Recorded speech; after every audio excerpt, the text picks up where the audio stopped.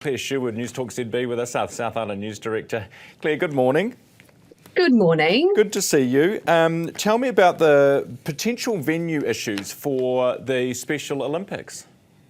Yeah, so the Special Olympics are being hosted here in Christchurch this December, Ryan. Now, that's been set down to be hosted at Parakiore, the Events, Sports and Recreation Centre that's opening near the hospital. I spoke to you about Parakiore when it came to hospital parking last week.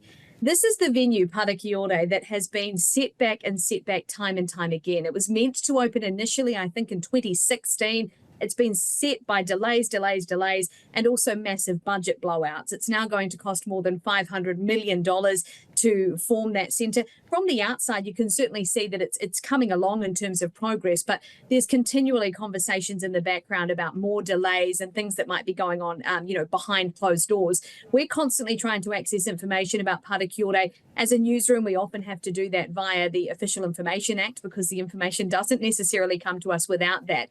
The latest update is that despite us not having a confirmed open date for Parakiore, Council says we'll be open in time for the Special Olympics. Now, we're running close because it looks like the venue may be ready to open early December. The Special Olympics are set to open on the 10th of December.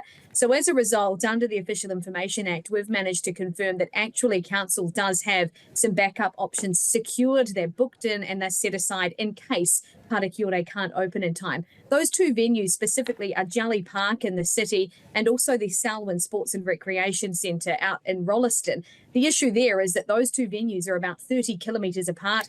At this time of the day, it's at least a half an hour drive, probably closer to an hour once you add in traffic. So for Olympians and for participants and competitors in the Special Olympics, it would be quite a logistical issue. But as I say, the Special Olympics team and Council at this point are continuing to say, we're confident.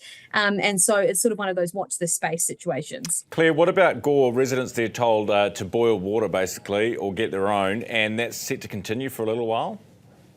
Yeah, so as you know, Gore, like many councils around the country, have routine nitrate testing. On Friday, that testing came back at just above the safe level for nitrate levels in water. I think the safe level is considered 11.3 micrograms per litre. This is 11.4, so it's just over. That said, we know the risk of nitrate in water is significant, so council down there immediately put a restriction in place for drinking water. They've got tankers going around the town and that sort of thing. They're telling people to bring water in from other towns if they work elsewhere and to send kids to school with fresh boiled water rather than anything from the tap.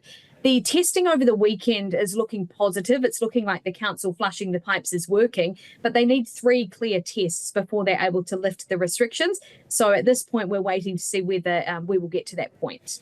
Claire, appreciate your time this morning. Thanks so much for that. That's Claire Sherwood, our South Island News Director from Newstalk ZB.